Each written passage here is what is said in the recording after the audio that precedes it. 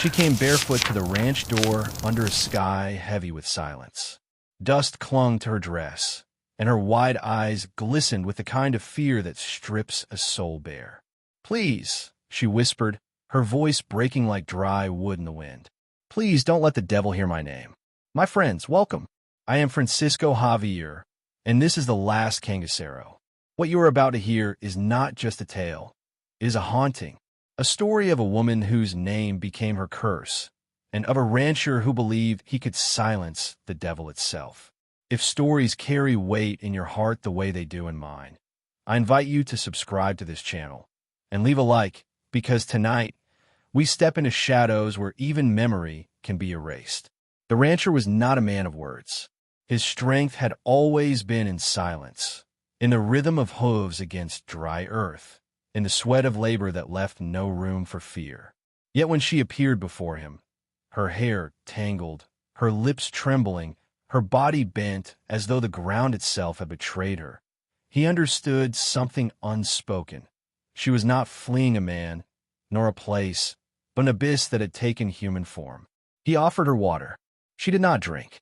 Her hands trembled around the clay cup as if water itself had become dangerous. "If he hears my name," she said again, "he'll come. And he never leaves empty-handed." What would you do, standing there on that threshold?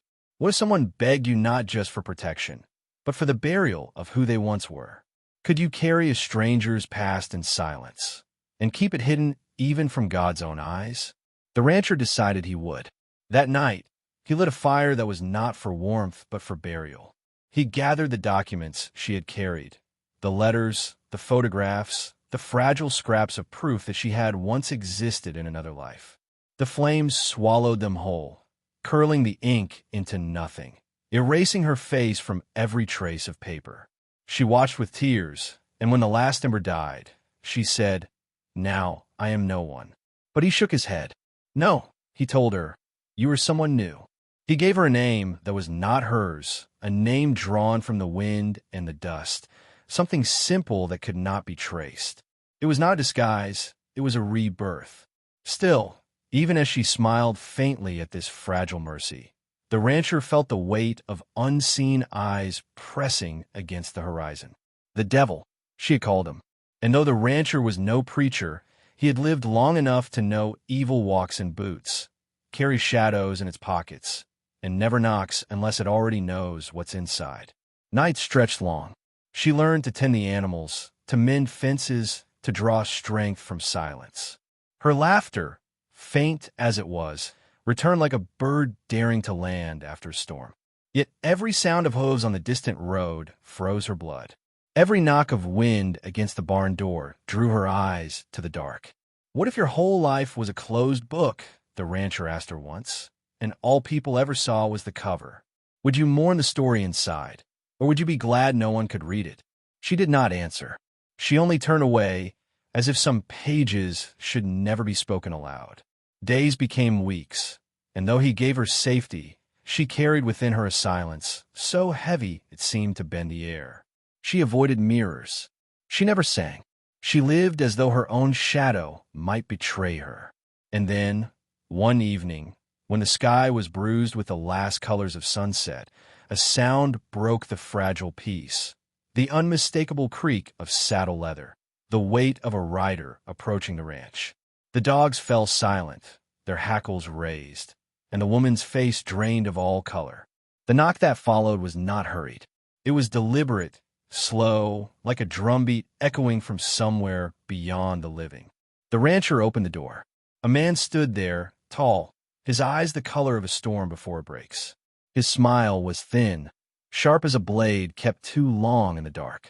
"I'm looking," the stranger said, "for someone who used to be here, a woman with a name you might have heard." Behind the rancher, she trembled, clutching the wooden table as though it might keep her anchored. But her new name, the one the rancher had given her, lay on her lips like a shield. And in that moment, the devil himself leaned closer to the threshold, waiting to hear the truth. The rancher's hand rested on the doorframe, steady as stone. He had faced storms that tore roofs from houses, wolves that bared their teeth at night, and men with knives hidden in their boots. Yet none of those dangers had ever carried the weight of this single question. Would he speak her name? His voice was calm, but beneath it ran the quiet thunder of defiance. "You're asking for someone who doesn't live here," he said. "Perhaps you've taken the wrong road." The stranger tilted his head. His eyes narrowed, searching not the rancher's face but the silence inside the room. He had the air of a man who knew lies before they were spoken, who had followed trails not through footprints but through fear itself. From behind the doorframe, the woman pressed her hand to her mouth, willing herself not to breathe too loud. Her new name pulsed within her chest like a heartbeat, fragile but alive. The stranger's lips curled into a smile, though there was no kindness in it. "Wrong road?" he murmured. "I never take wrong roads. Every road carries me exactly where I'm meant to be." The rancher's eyes held steady. "Then this road brought you to the wrong door." For a moment, silence stretched like a noose. The stranger studied him, and in that gaze was a depth colder than any winter night. At last, he tipped his hat, but the gesture felt more like a mark than a farewell. "We'll see," he said, and turned his horse into the fading light. Only when the sound of hooves dissolved into distance did the woman collapse onto the chair, her body trembling so violently she could not hold the cup of water he poured for her. "Why didn't you give me up?" she whispered. "Why risk yourself for me?" The rancher looked at her, his weathered hands resting against the table. "Because no one deserves to be hunted by their own name." Her tears came then, not of fear, but of sorrow so deep it seemed bottomless. She had been running so long, hiding so fiercely, that mercy felt heavier than chains. Life on the ranch settled into a fragile rhythm. Yet every day, she felt the shadow of that visit trailing behind her. The devil, as she had called him, had not asked for her face, her history, or her deeds. He had asked only for her name, and that chilled her more than anything. For a name is not just a word. It is an anchor, a map, a key to every locked part of soul. The rancher tried to give her small pieces of life back. He showed her how to mend saddles, how to feed calves from a bucket, how to walk the pastures at dawn when the fog still clung to the earth like a ghost refusing to leave. Slowly, she began to carry herself straighter, her steps less haunted. But at night, when the wind rattled the shutters, he heard her whisper to herself, as if bargaining with silence, "I am no one. I am no one." One evening, he found her by the barn, staring at the stars with her arms wrapped tight around her body. "Do you ever feel," she asked him softly, "that the sky remembers everything we try to forget?" He nodded, "But the sky can't speak it. That's why it keeps shining, because it carries secrets it will never tell." Her eyes filled with tears, but this time she let them fall. "What about you, watching this story now? Have you ever had to erase something so completely that even your own reflection felt like a stranger? Have you ever said goodbye not to a person, but to yourself? Share it in the comments. Stories carry weight, and sometimes letting them out is the only way to set them down. Seasons changed. The fields turned golden, then brown, then were reborn green again. With each passing day, the woman built a new self upon the ashes of the old. Yet the rancher knew the devil did not forget. He had seen in the man's eyes the certainty, the hunger, the patience. Evil has no need to hurry. It waits always. And then, one dawn, as mist curled low across the ground, the rancher found a letter nailed to the wooden fence post at the edge of his land. There was no name written upon it, only a single phrase burned into the paper as though by fire itself. "She cannot hide forever." He held the letter in his rough hands, the words searing into him like a brand. He turned to look at the house where she still slept, unaware, curled like a child safe in her borrowed life. And for the first time, the rancher wondered if mercy had been a gift or a sentence. The rancher did not show her the letter at first. He burned it in the stove as he had burned the others, watching the flames devour every trace. Yet the words stayed with him, carved deep into his mind. She cannot hide forever. From that day on, his steps grew heavier, his gaze sharper. He watched the roads leading to the ranch, listened for sounds carried by the wind, and studied the horizon as if it might betray what lay beyond. The woman sensed the change in him. His silence was no longer the silence of peace, but the silence of a man preparing for war. One evening, as the sun bled out behind the hills, she confronted him. "You've seen something," she said. "You've hidden it from me." The rancher shook his head, but his eyes betrayed him. She stepped closer. "You burned the proof, didn't you? Just as you burned my past. But this is different." This was a warning. He could not deny it.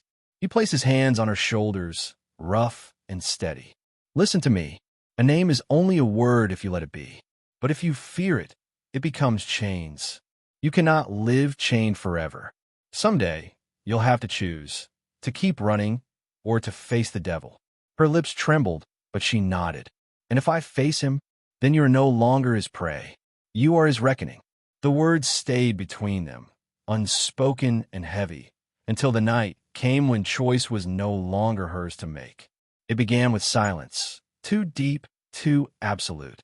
The crickets stopped singing. The wind itself seemed to hold its breath. Then came the sound of hooves, slow and certain, as if the earth had been waiting for this wait to return. The dogs did not bark. They whimpered and hid. The stranger rode alone, cloaked in the black of a night with no stars. His face was calm, his eyes brighter than the lantern the rancher held. He dismounted without hurry, without words, as though this ground had always belonged to him. The woman stood behind the rancher, her hands clenched so tight her knuckles were white. She wanted to run, but her legs betrayed her. The rancher stepped forward, the wooden door opened behind him, light spilling onto the dirt. The devil's smile returned, slow and thin. "I've come for what is mine," he said. "She doesn't exist," the rancher answered. His voice was steady. "The woman you're looking for died the night her name burned. You cannot claim a ghost." The stranger's eyes narrowed, and for the first time, his composure cracked. "Names do not die," he hissed. "They linger. They echo. You can bury a face, a body, a memory. But a name is eternal." The woman stepped forward then, her breath shaking, but her voice clear. "Not if I give it up willingly." The devil's gaze turned to her, his expression sharpening into something colder than steel. "You would erase yourself? Surrender every trace?" She lifted her chin. "Already did, and I was reborn." The silence that followed was unbearable. The rancher feared he had led her to her own ruin, that her defiance would become her undoing. But then the stranger laughed, not a sound of joy, but of recognition. "You've changed the game," he said. "A name without fear is nothing to me. You're no longer bound to it. But remember," his eyes flicked to the rancher, "he carries your silence now, and silence can break." With that, he turned, mounted his horse, and rode into the night, the darkness swallowing him whole. The woman collapsed into the rancher's arms, sobbing not from fear, but from release. She had faced the devil, and in doing so, she had severed the chain that bound her to her past. But the rancher, he knew the devil's last words were not idle. He had taken her name into his silence, carried it like a flame hidden under ashes. And one day, should that silence break, the devil would return. At dawn, as the first light touched the fields, she whispered, "What will become of me now?" The rancher looked at her, his face weathered by both mercy and burden. "Now," he said, "you live, and as long as I draw breath, your past will remain ash." She closed her eyes, breathing for the first time without fear. And though the world beyond the ranch might still carry whispers of the name she abandoned, here she was someone new, someone free. And yet, as the wind passed through the grass, carrying echoes of all that had been lost, the rancher knew one truth that would never leave him. Because sometimes what got left behind is exactly what could have changed everything. So if this story spoke to you, my friends, subscribe to The Last Kangasero. Share your thoughts in the comments. Have you ever had to erase part of yourself just to survive? Or bury something so deep that only silence remembered it? And don't leave without watching the other stories waiting here. Hidden tales of names, choices, and destinies. This was Francisco Javier, reminding you, the devil knows many names. But only you decide which one answers when he calls.